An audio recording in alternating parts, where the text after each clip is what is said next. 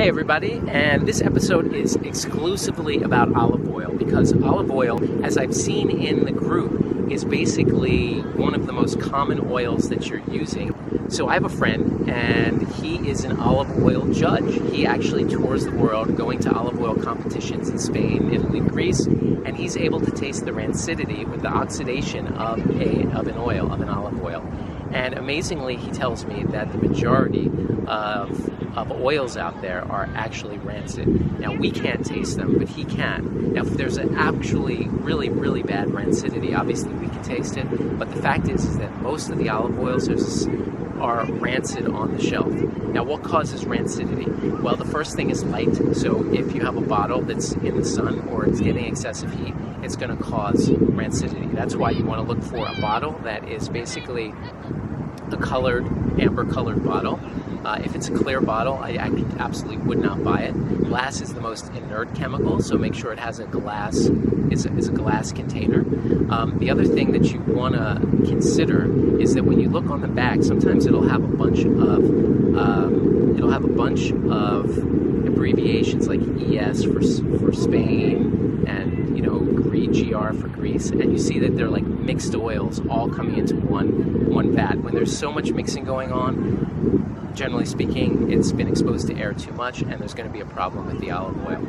The next is to realize that some countries in Europe, they've been growing olives for a long time. But the point is that when they harvest the olive very early in the season, they don't get that much oil. But the olive at the very beginning of the season has so many more polyphenols in it, which prolong the shelf life of the olive oil.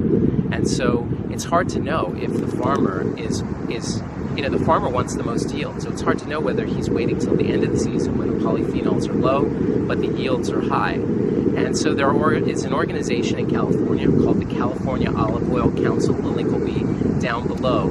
And if you can go to that website, and if there is an olive oil on there that is certified, then it's okay for you to have, especially if you're using a large quantity of it. And when people are on the autoimmune diet that I prescribe to my patients, I have them eat no more than 3 or 4 tablespoons of olive oil per day. And that's because it has a lot of calories. It's 120 calories per tablespoon. And so if you're pouring olive oil all over your salad, you're getting an enormous amount of calories. Now, those are generally speaking good calories, but in the beginning of a diet, the beginning of getting your health in order, we do need to pay attention to these sorts of things. And the fact that most people are having olive oil that is actually rancid, then you have to realize that when you have one small bit of rancidity, then you're actually using antioxidants to counteract that. So in other words, you're ingesting oxidized food, and so you need antioxidants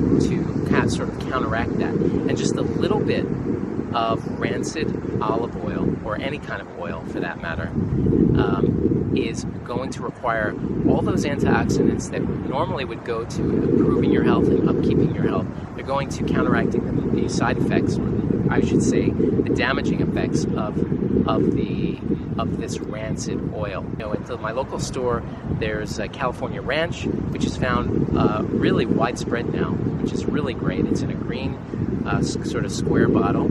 At Trader Joe's, I asked my friend about that. There's a California, not the Spanish olive oil there, but the California olive oil is also, he knows the farmer and knows that's a good one. Now, when it comes to cooking with olive oil, you can cook with olive oil. I wouldn't go super high heat, but medium to high is actually okay. And then there's the issue of light olive oil versus not. And that goes through a secondary process to sort of make it lighter. And anytime you're going through any sort of secondary process, especially with an extra virgin olive oil, then it's going to be exposed to more light. There's an increased risk for rancidity, and really there's no increased utility of that. And I think that olive oil is actually an important part of your diet. It's just a lot of people use too much, and they aren't getting quality olive oil. And so that is this video about olive oil. We're going to do another video about the dangers of seed oils like sunflower, safflower, and like corn oil. All these things are almost always rancid when you get them already. I mean, if you look at any oil on the shelf and it's in a clear bottle, generally speaking, you know, if it just spent a couple hours in the sun during transport or got a lot of heat, you know, you're going to have a situation where it probably is already oxidized, already rancid.